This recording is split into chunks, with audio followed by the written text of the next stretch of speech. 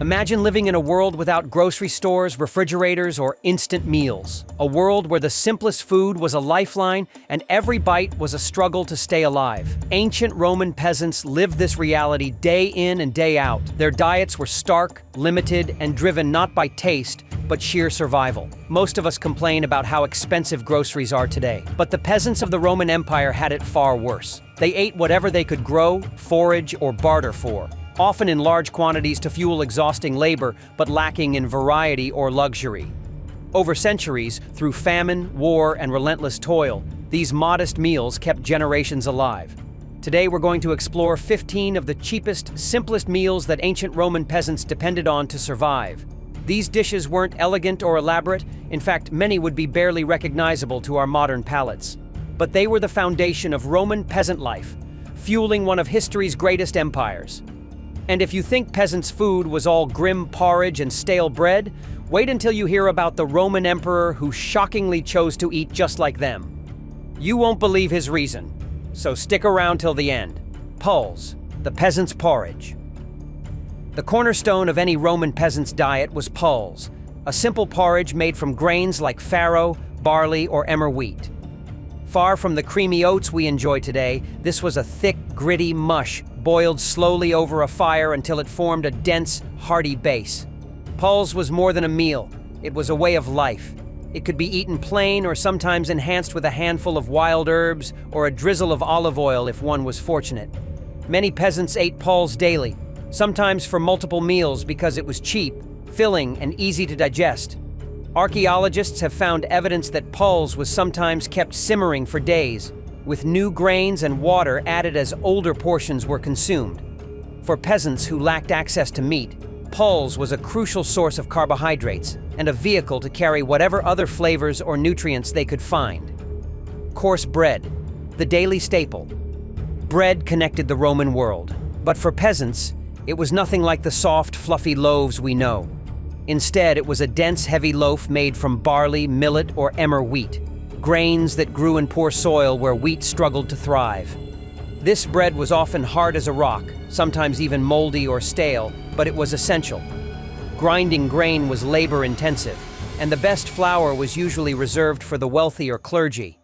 Peasants often had to take their grain to the lord's mill, paying high fees that forced them to mix in fillers like ground beans, acorns, chestnuts, or even tree bark during desperate times. Baking was done communally. A few times a week, entire villages would gather at shared ovens to bake their loaves. Over time, the bread would harden and become nearly inedible without soaking in liquids like water, vinegar, or the ubiquitous pottage stew. Despite its humble nature, bread was sacred in Roman peasant culture. Stealing bread was punishable by law, and wasting it was considered sinful. During famines, people might survive weeks on bread alone. Legumes, lentils, chickpeas, and beans.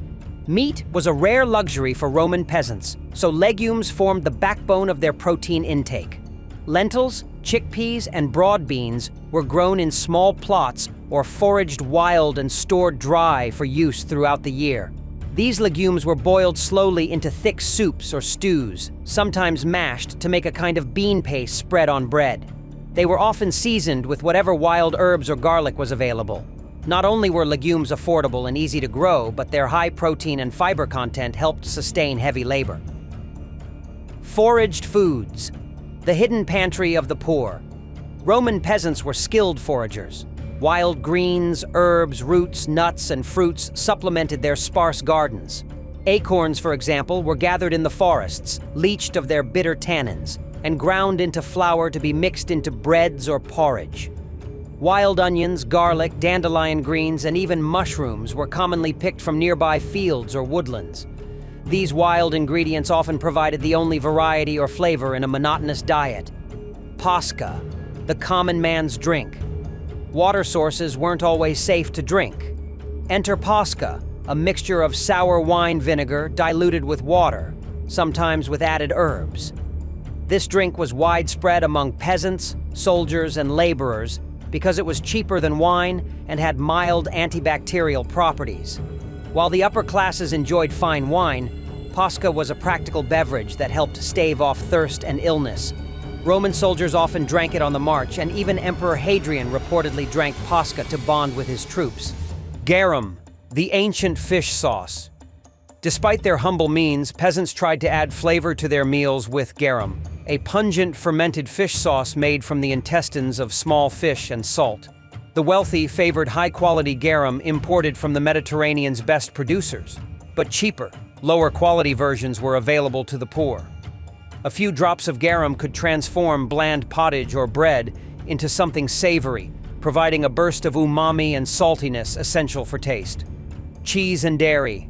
Occasional treats. Dairy wasn't always available but was prized when it was. Peasants often kept goats or sheep for milk, which was turned into fresh cheese or curds. These cheeses were soft and crumbly, sometimes mixed with herbs or honey. Milk was mainly given to children or used medicinally, while cheese might be eaten as a spread on bread or added to stews for richness. Vegetables, garden staples, and wild greens. Vegetables like leeks, onions, cabbage, turnips, and carrots were common in peasant diets. Many of these were grown in small household gardens or collected wild. Cabbage was hardy and could be stored through the winter, making it vital in colder months. Leeks and onions added flavor and nutrients, often cooked into the pottage or eaten raw alongside bread. Sausages and offal. Nose-to-tail survival. While meat was scarce, Roman peasants practiced nose-to-tail eating. Sausages made from offal, scraps, and leftover bits were common, seasoned with herbs and garlic. These were boiled or grilled and often stretched to feed an entire family. This practice ensured no part of the animal was wasted, crucial during times of scarcity. Dried fruits and nuts. Seasonal sweetness. Sweet treats were rare but cherished. Dried figs, dates, and raisins were eaten when available. Nuts such as almonds and walnuts were gathered or traded, providing essential fats and calories. These were typically saved for special occasions or mixed into stews or porridges to add richness and energy. Ash cakes, desperate bread. Alternative: when food was scarce, Roman peasants sometimes baked dough directly in the ashes of a fire. These ash cakes were dense, crusty, and smoky, far from gourmet but better than starvation. Ash cakes could be made quickly and required no oven, making them practical during times of crisis. Street food, ancient Rome's fast food. Though more common in cities than rural villages, street vendors sold simple snacks like fried chickpea cakes, lentil patties, or grilled fish. These were affordable treats that added some variety to the daily monotony. While peasants didn't often indulge, these foods were accessible when coins were available or during festivals. Pottage, the everlasting stew. Pottage was the backbone of peasant meals. It was a thick, slowly simmered stew of grains, legumes, vegetables, and occasionally bits of meat or fish. Pottage pots were kept simmering day and night, with ingredients added as available. The stew evolved constantly, thickening and enriching over time. Archaeological evidence shows pottage could last several days, stretched out to feed a family through lean times. Fruit preserves, sweet preservation. Preserving fruit by drying or soaking in honey allowed peasants to enjoy sweetness year-round. While honey was expensive, small quantities were sometimes traded or gathered. Dried figs, raisins, or fermented fruit sauces were used to sweeten porridges or eaten alone as treats. Emperor Elagabalus, the emperor who ate like a peasant. Now for that shocking twist. Emperor Elagabalus, who ruled Rome from 218 to 222 AD, was notorious for his eccentricity and scandalous behavior. Among his many oddities, he famously disguised himself as a commoner and ate the same cheap, simple meals as peasants. Some say this was an act of mockery toward the Roman elite. Others believe it was a strange attempt at humility or to experience life as the poor did.